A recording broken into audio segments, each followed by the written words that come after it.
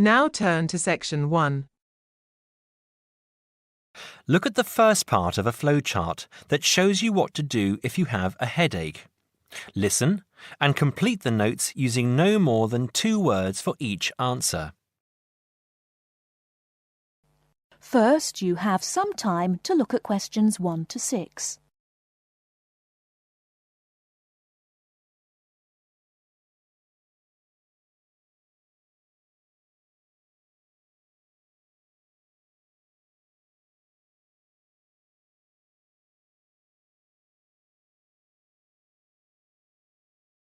There are various different reasons why you may have a headache. Some of them are not serious and can be treated easily, perhaps by simply taking a pain-killing tablet, like an aspirin. Some headaches, however, may be a symptom of something far more serious, and you should get immediate advice. First of all, ask yourself if you think you have other symptoms that suggest you have a cold. Do you have a fever, a runny nose, a cough or a sore throat? Have you been sick at all? If you have, then you probably have a bad cold or the flu, and the headache is just one of the symptoms. Get plenty of rest and drink plenty of water. There are many types of medicine that you can buy at a chemist, and these will relieve some of the symptoms. Remember, though, medicine will not actually cure the condition, and you might prefer to just drink hot water with some lemon and honey, and take a couple of aspirin. Now, if you don't think you have a cold, you must ask yourself how bad the headache is. If the headache is really bad and you have a stiff neck, there may be a bigger problem. If you feel that normal light is hurting your eyes, it may also be cause for concern. Meningitis is a serious condition. It is caused by an infection of blood around your brain and spinal cord. The condition can seriously affect your brain if not treated immediately. You must see your doctor or go immediately to the nearest hospital.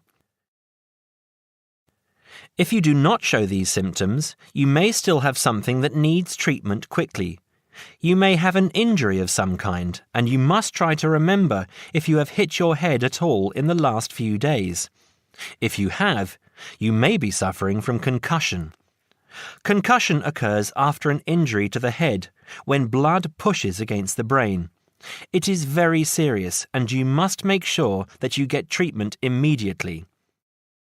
Now, if you don't remember any recent injury, you must ask yourself if you feel...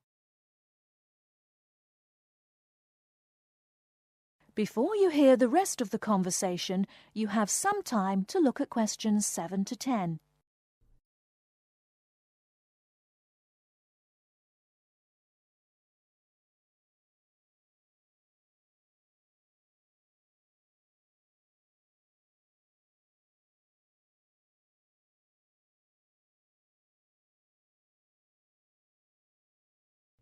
Now listen and answer questions 7 to 10.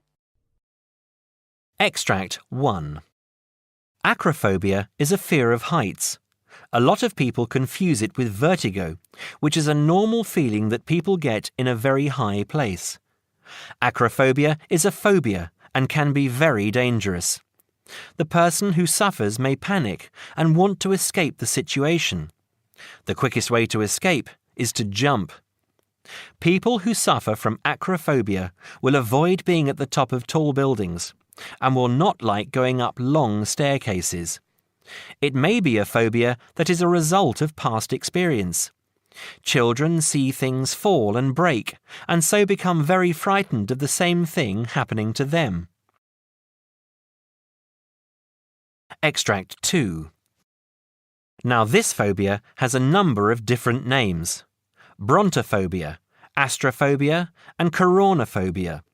It is a phobia of storms, especially storms with thunder and lightning. It is especially common in children, but can continue into adult life. People who have a serious phobia worry when the spring turns to summer. They expect there to be more storms during that time. When a storm is approaching, they feel very uncomfortable and even physically sick.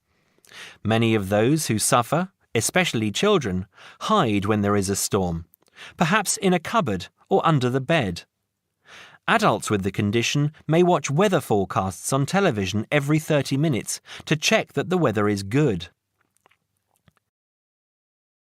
Extract 3. Now, most people are, to some degree, afraid of dying, but necrophobia is a fear of anything connected with death. It is more than a fear of dying. People who have necrophobia are terrified of seeing dead things. They will stay away from museums where there are mummies or skeletons and avoid any images of dead people. They will panic if they see a dead animal in the street or in a forest, and will avoid watching a program or movie that shows people dying or near to death. This phobia may be something that is natural in all of us to some degree, but is probably made worse by seeing a dead person or a favourite pet dying at some time in the past. That is the end of section 1. Now, you have half a minute to check your answerers.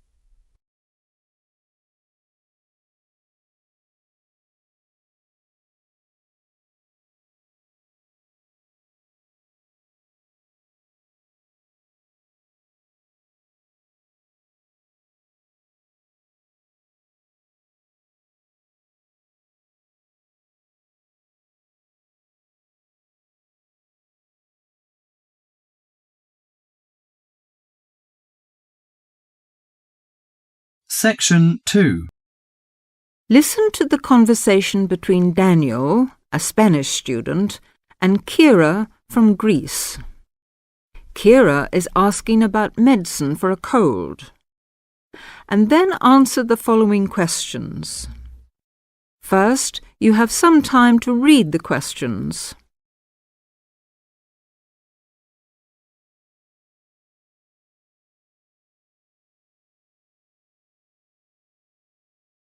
Now, listen to the conversation. Hello, Daniel. How are you? Not so bad, thanks. What about you? To tell the truth, I've got a terrible cold. Achoo! Oh, sorry to hear that. Poor you.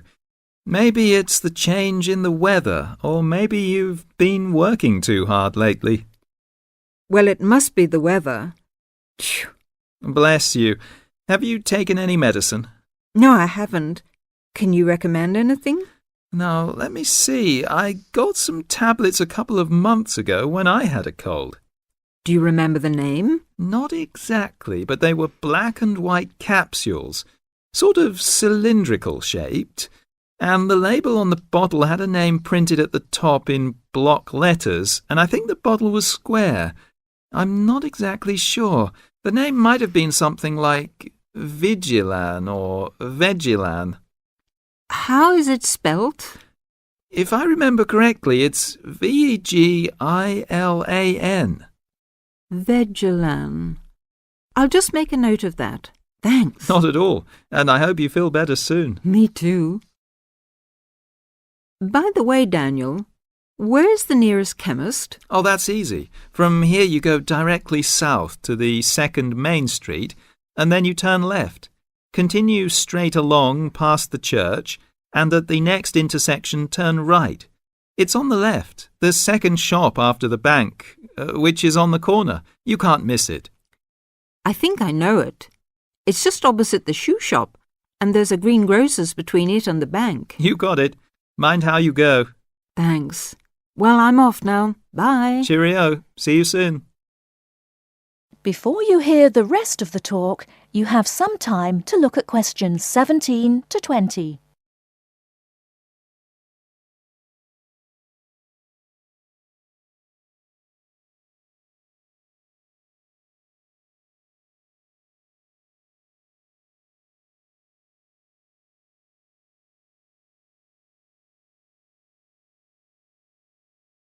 Now listen and answer questions 17 to 20. Now, listen to the interview. Good afternoon, Mr. Brown. Do sit down. Now, tell me, what made you apply for this job? Well, I've been wanting to improve my position for some time, and it seemed to me that the job you advertised would give me an opportunity to learn more about marketing and sales techniques in general. Where are you working at present, Mr. Brown? Well, actually, I haven't got a job at the moment. I had a job as chief clerk in the buying department of a retail store, Johnson and King. I expect you've heard of them. But to tell the truth, I didn't quite hit it off with the sales manager. Oh, why was that, Mr. Brown? Well, he was rather old-fashioned in his methods, and the sales policy of the firm seemed to me too slow. I'm a great believer in the personal approach to selling. I took a course in business management at the London Commercial College, and I'm afraid I found Johnson and King's methods very out of date. They first opened in 1880, you know, and I don't think they've changed their ideas since then. Really? In that case, you may be interested to know that our firm first started business in 1870, and we believe that the old slogan, "The customer is always right," still holds good today. I'm afraid our chairman, Samuel Jackson, great-great-grandson of the original founder of the firm, Josiah Jackson, does not approve of high-powered modern selling technique, and with some justification, as our export figures show. We base all our sales technique on Peterson's theory of salesmanship, published in 1900. I presume you've read it. Oh, well, actually, no. But I'll make a point of getting one from my local library without delay. Do that, Mr. Brown, and then come and see me again. That is the end of section 2. Now, you have half a minute to check your answerers.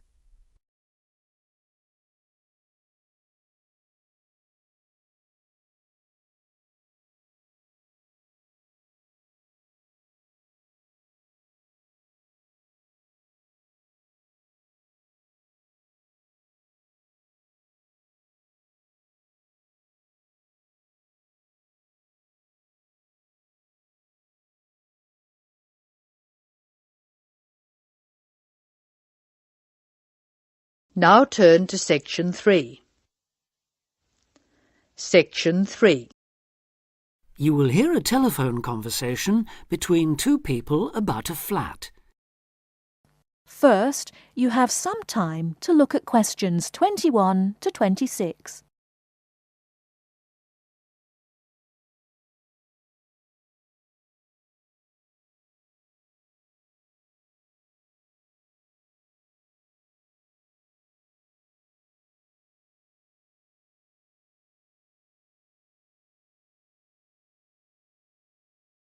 Now listen carefully and answer questions 21 to 26.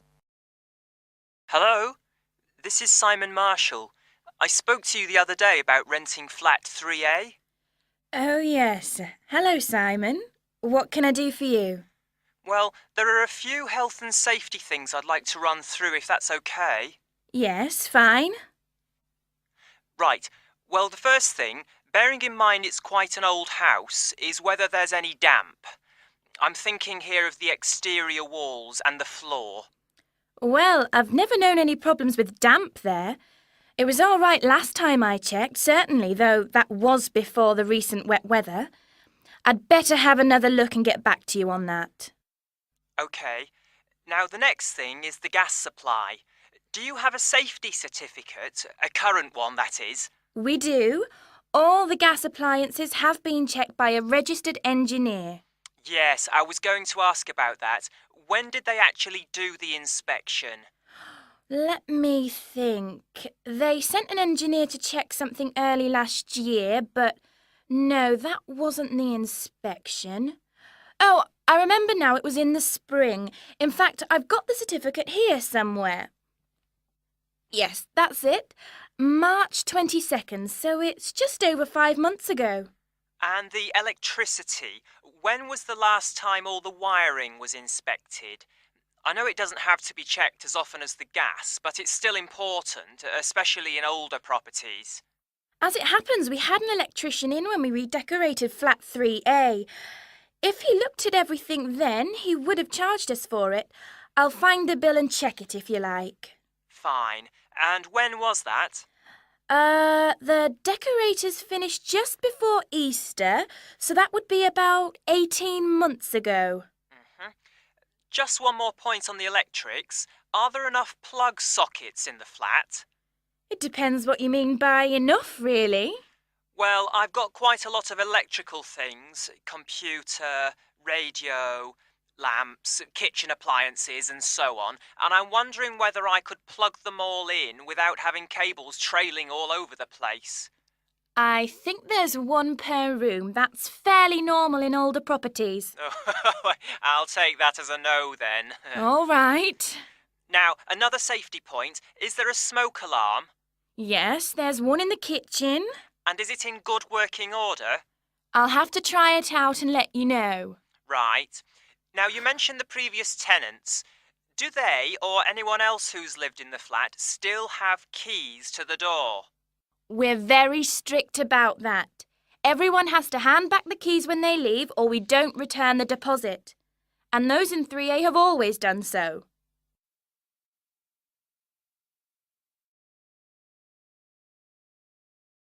Before you hear the rest of the talk, you have some time to look at questions 27 to 30.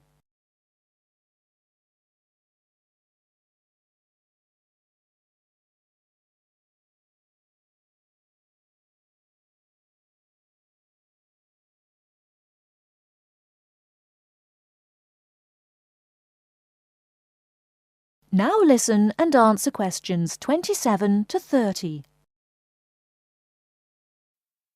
OK, now there are a few other practical details. Firstly, you mentioned a room where people can leave things like suitcases and bags and things. Where exactly is that? Is it next to 3A, which I take it is on the 3rd floor? Well, the apartment's on the 3rd, yes. But the storeroom's a little way away, just past the 2nd door to the right. Under the stairs, in fact. But it's on the same floor, isn't it? Yes, it is. Fine. Now, another thing I wanted to check is that there's hot water in the apartment. Oh, yes. It runs off the central heating. That was installed back in the 70s, I think, so there's a permanent supply. But is it really hot? Not just warm or lukewarm? I suppose it depends what you mean by hot. But it's at a constant 60 degrees. Oh, that sounds fine. Yes, it used to be set at 55, but last year the tenants asked us to increase it, so we did. Oh, I'm glad about that. OK, now can you tell me a bit about the yard and the garden? How big are they? Well, the yard at the side of the house is about 20 square metres. Oh, so there's room for my motorbike then? Actually, it's only a 50cc moped, but I like to keep it off the road at night. Yes, there's more than enough space there, even with all the wheelie bins. And the garden? That's much bigger, about 150 square metres. Who looks after it, by the way? Old Mr. Collins. He's almost 90, but he's out there every day. And the last point, the TV. What size screen is it? It's 70 centimetres wide, I think. No, sorry, that was the old one. This one's 80. You can get 90-odd channels on it, so I'm told. Really? So there's a satellite dish on the roof, is there? No, it's cable TV here. It doesn't cost much between everyone, though. That's very interesting. OK, thanks for your help. I'll be in touch again soon. Thank you. Bye for now. Bye. That is the end of section 3. Now, you have half a minute to check your answerers.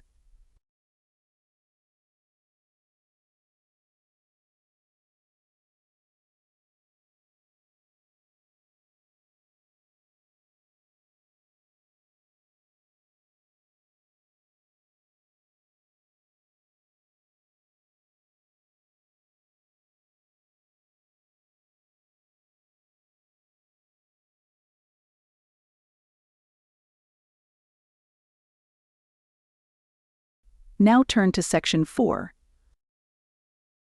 You'll hear a lecture on sports injuries. First, you have some time to look at question 31 to 40.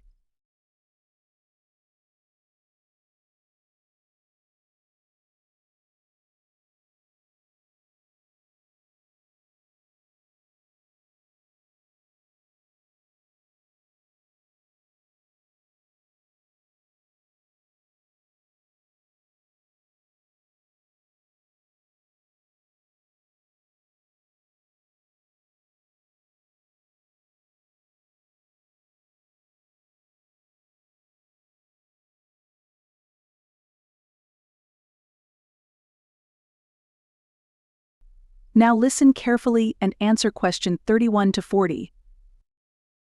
Morning everyone, and welcome to our regular lecture on health issues. This series of lectures is organised by the Students' Union. It's a great pleasure for me to welcome Mr. David Greenbaum, a physician in sports medicine, to come along and talk to us today. Thank you. You may doubt what good sports medicine can do to non-athletes like you college students. According to public assumptions, sports medicine doctors deal only with sporting injuries. But actually, we treat general joint problems experienced by average people more than treating people who hurt themselves by playing sports. So, whether you're an athlete or not, a sports medicine physician can help you start off every day on the right foot. If you are a college athlete or a sporty person, you must stay at the top of your game. But how do you maintain best physical fitness? You should be under the watchful eye of your sports team physician. Sports medicine doctors offer total care treatment, such as customized workouts, immediate care of injuries, and surgery when needed. A sports medicine doctor's training falls within the specialty of orthopedic surgery. As such, it focuses on the cartilage, ligaments, and muscles involved in your body's movement. So, how do injuries happen? Most of us take for granted the intricate interactions of our bones, muscles, and ligaments until they are damaged. When injured, these tissues can degenerate, causing your joints to ache and feel stiff. Even ordinary daily movements such as walking and bending may cause a sports injury through overuse. Furthermore, the normal wear and tear on your body's tissue may become more taxing as you age. To prevent such problems, especially as you begin a fitness exercise, your sports medicine doctor offers total care. This includes X-rays to identify potential trouble spots. Afterwards, he helps you set an exercise routine that fits your body's present condition. Do you know your joints? Your body's most complex structural feature is its joints. Your joints allow you to grasp, twist, sit, and even feed yourself. Repetitive motions, however, may lead to chronic overuse of the soft tissue connecting bones at the joints. This overuse can result in injuries such as tennis elbow or even carpal tunnel syndrome. A more severe type of injury occurs when you lose your balance, thereby putting a joint under abnormal stress. Worse still, you could suffer a bone fracture. When a traumatic injury happens, effective medical care is crucial. Improper treatment of any joint injury can cause permanent loss of flexibility and recurring joint pain. As quickly as possible, the doctor applies ice packs to your injury. Ice deters swelling and inflammation, so you feel less pain. After keeping it iced for the first 48 hours after injury, the doctor begins therapeutic exercise of your wounded joint. Recently, a new treatment for degenerating joints has been developed, which is a product called orthokin. The treatment involves combining healing proteins with a sample of the patient's own blood. The injured joint then receives an injection of the mixture. This new technology stimulates our own white blood cells to produce large quantities of protective protein. Our cells make this protein naturally, but not in sufficient amounts to protect the damaged cartilage in our joints. It also has the advantage of convenience and lack of side effects. Here are some suggestions on how to prevent sports injuries. Use appropriate protective equipment. Maintain proper lighting in the training area. Have adequate rest. Avoid alcohol and drugs in order to prevent injuries. Follow a regular fitness training program to improve overall coordination and endurance. Better endurance will absorb pressure and prevent injury. Perform adequate warm-up exercises before training or performance. Avoid performing sports or work when you are sick. Most injuries happen when one is fatigued. Avoid treatment by dubious health practitioners.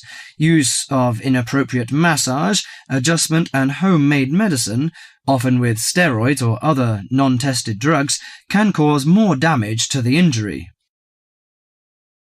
That is the end of section 4. Now, you have half a minute to check your answerers.